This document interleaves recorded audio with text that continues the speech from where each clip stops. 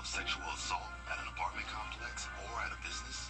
According to Georgia law, businesses could be held responsible for injuries or death when they have failed to provide safety to their tenants or customers. Calvin Smith Law has recovered millions for the victims of sexual assaults. When you have been the victim of a sexual assault at a business or apartment complex, call Calvin Smith Law. We don't play.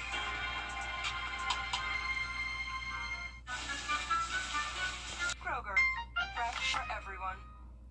The Live 5 for 6 Skyview Network, sponsored by Terry Lambert Hyundai. Now on News Channel 6 at 6, a new look for the Augusta Municipal Golf Course. We'll tell you about the improvements coming to the patch. They're making great progress. As long as it's 6 starts now.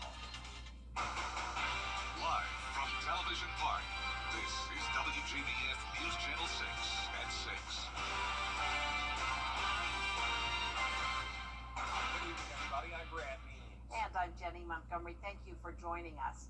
Coverage you can count on begins with renovations at the Augusta Municipal Golf Course, reaching the 6-month mark. Working hard over there for sure. The course, known as the Patch, is undergoing a major makeover. The Augusta National is leading it.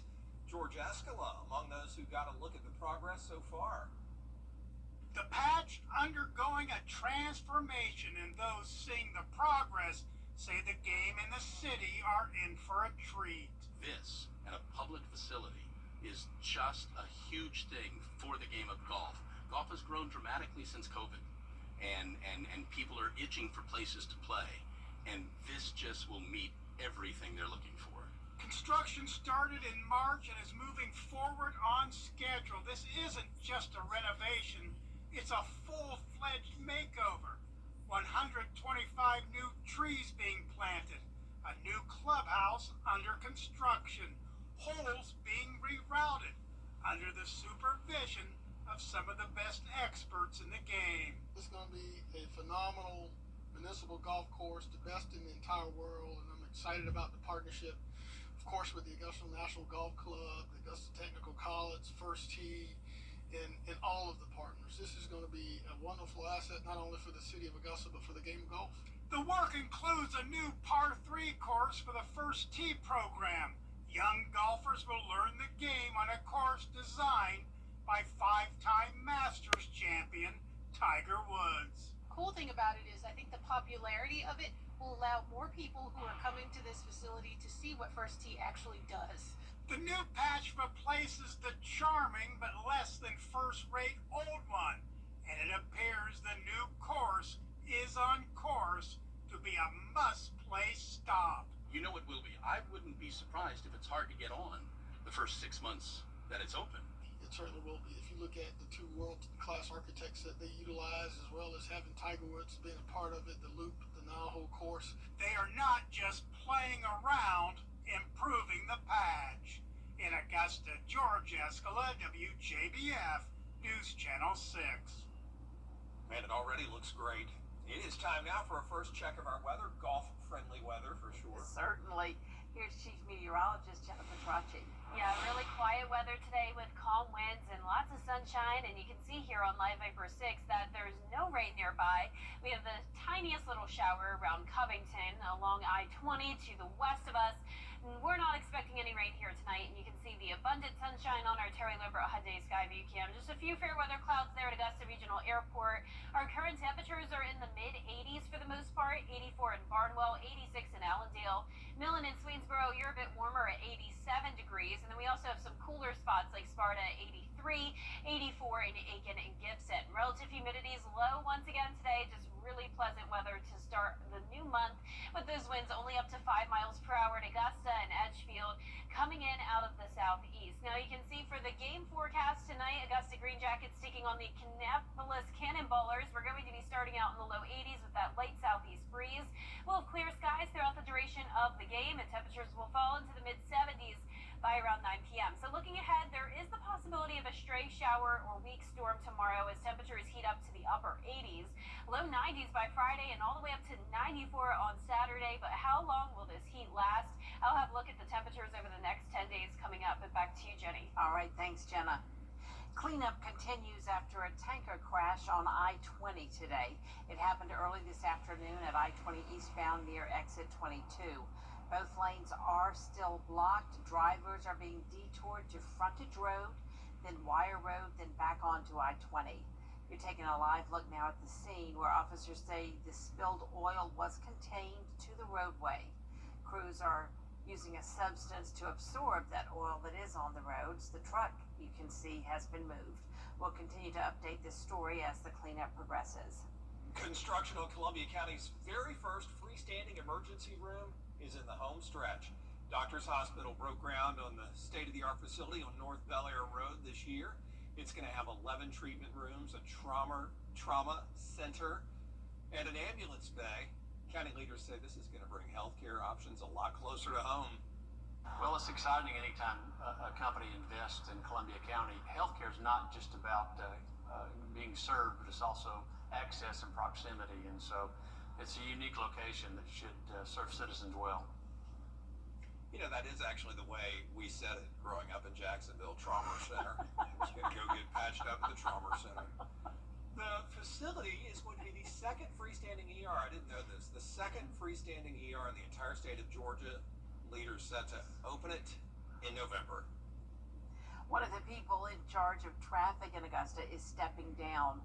John Usry is the Assistant Director of Traffic Engineering.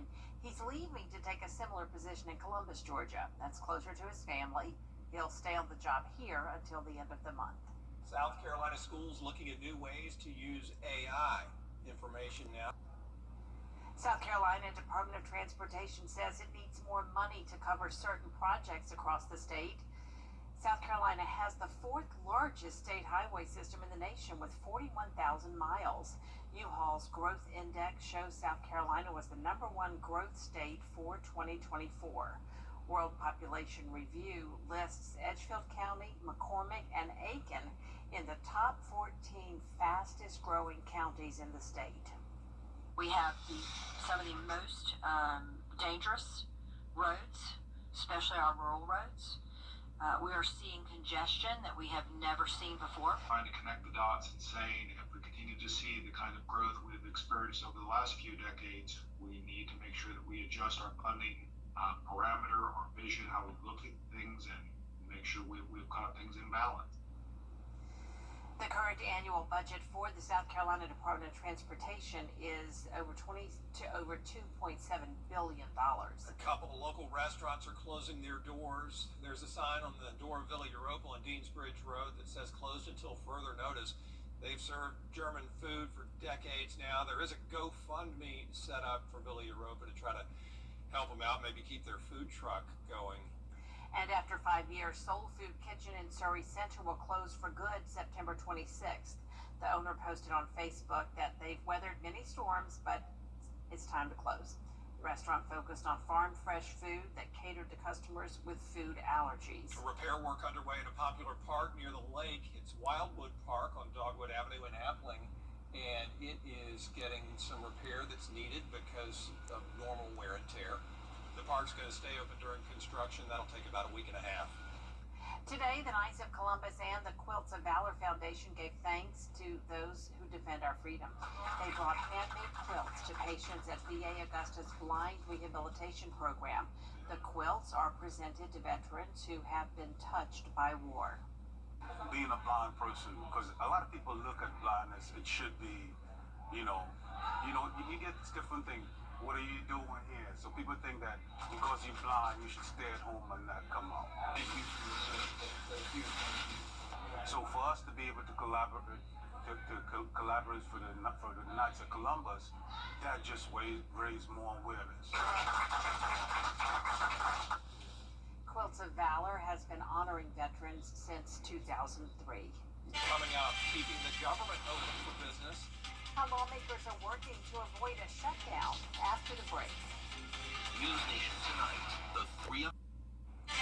Jenna's back over at the desk now. Yeah, it's looking great out there with sunny skies continuing into tomorrow. Just a very low chance of rain, and eventually 90s will make a comeback, but it looks like we'll have another cool down very shortly. I'll have all the details right after this break. torn and missing shingles. Rooted in community. We are Lady Regional. Hey Green Jackets fans, when you're at the plate, there's nothing worse than striking out without ever swinging. You gotta make the most of your chances. And after a car accident, you can't just sit back, let life throw heaters at you, and do nothing. It's just too important. I'm Austin Jackson, the Augusta guy. Call us. Let's load the bases and swing for the fences. Call Austin Jackson, the Augusta guy, the official injury lawyers of the Augusta Green Jackets. 706-724-7224. Hey, it's Anna Christina here at Jimmy's Home Furnishings, where we have our huge Labor Day sale throughout our store going on now. Get major discounts on furniture for every room in your home. Jimmy's is the low price leader on all Ashley furniture, so why go anywhere else? Full price match guarantee on all other furniture lines too. And as always, we offer free delivery and setup for all military customers. At Jimmy's, we're not a chain. We're family owned and operated. Jimmy's Home Furnishings, where it feels like home. With 40 years experience.